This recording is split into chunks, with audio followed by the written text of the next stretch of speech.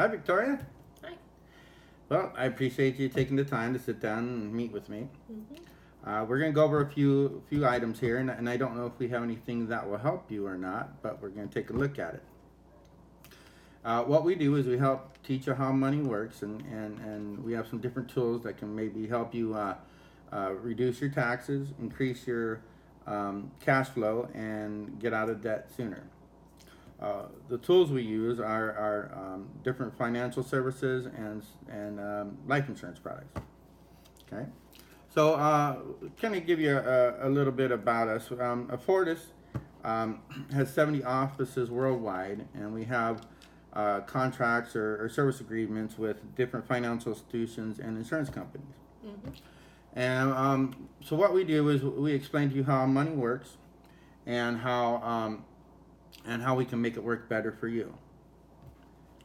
And then specifically, we want to show you how to increase your, to bring your financial independence, to create financial independence for you and to make it sooner, to increase the possibility of you retiring sooner.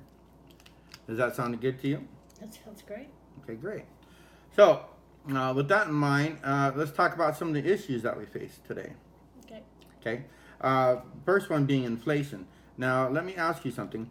Do you think that in the last 10 years the raises in income have kept up with inflation? Mm-mm. No, I can agree with that. So, let me ask you a question. So, if out of 100 people, various backgrounds and what have you, were polled, turning 65 and retiring, 100 people, how many do you think are financially independent? Half? You know, that's what you would think, but honestly, it's lower than that. It's seven. Wow. 7 people. So the other 93%, what are they doing? They're either getting welfare, or getting help from their church and their family, or they do what a lot of people are doing, and they're working. You know, that reminds me, the other day it was about 2 o'clock, and I stopped in that Wendy's to get a chicken sandwich, and just got done ordering and went in the bathroom, washed my hands, come around the corner, and this lady was moving this mop bucket, and she almost hit me with the handle. I jumped back and was gonna say something, and I realized she's really old. She's like 78, maybe 80 years old, and I felt sorry for her, and I didn't want to. You can almost see this tear in her eye because she knew she startled me and almost hit me with it. Anyway, so I get my sandwich and I'm eating, and I look, and she's over there wiping tables, and I'm going, man, that's what she wasn't planning to do when she was our age. This is not a hobby for her. This is something she has to do.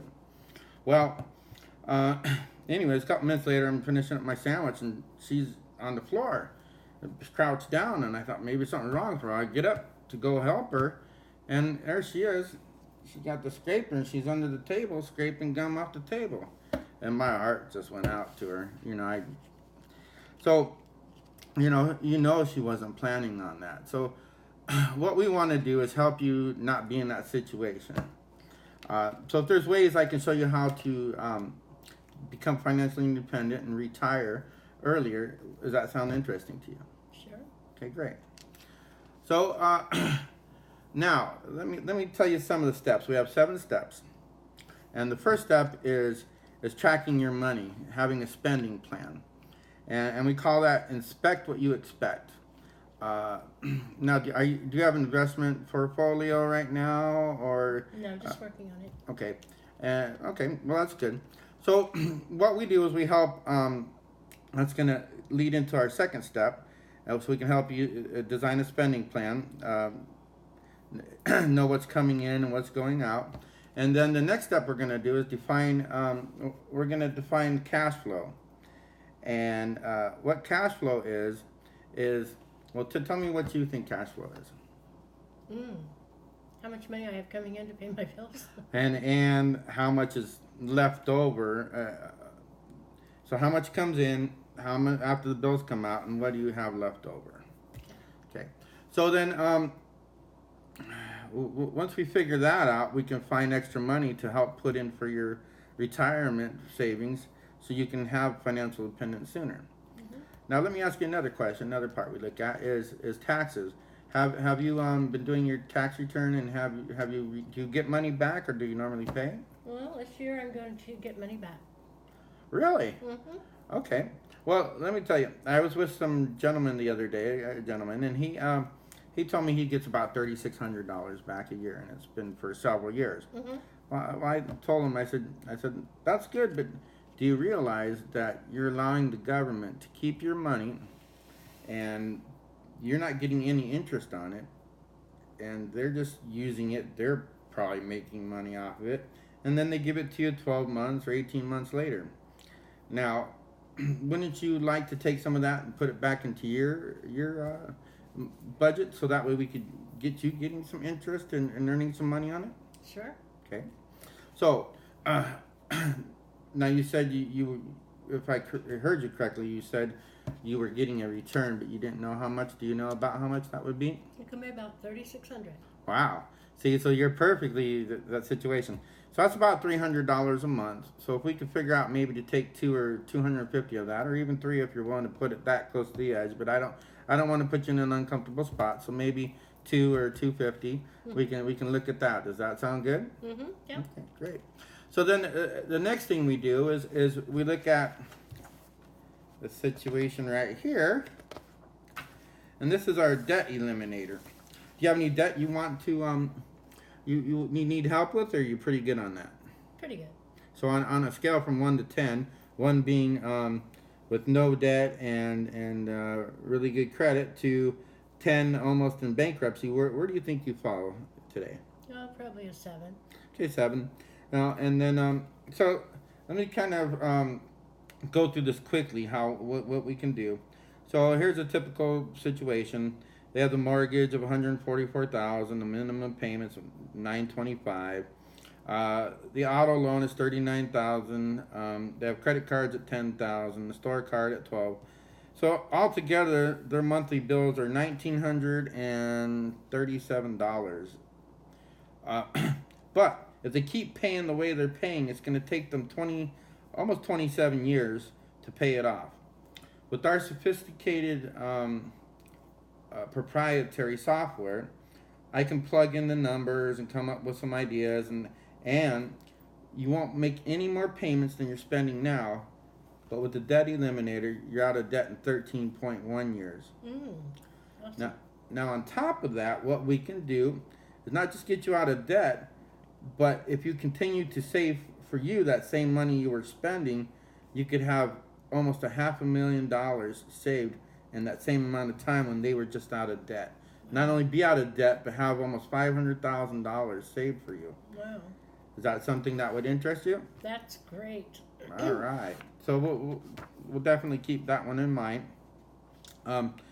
So step 4 is developing an emergency fund. Hmm? Now, do you have an emergency fund now? No. Okay. We define emergency fund as having 3, some people say 6 months of bills, of money in reserves to pay your bills. Do you have, you say you don't have one, or you haven't been saving for that? Mm-mm. Okay, so that's something we need to look at. Mm-hmm. There's 3 things we need to do to make the emergency fund a viable one.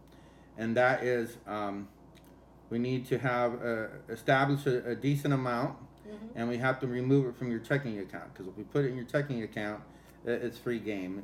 We're all like that. Absolutely. So we put it in a separate account. It has to be systematic, and so that means every pay period you're putting $25 or $50 a week, away into it.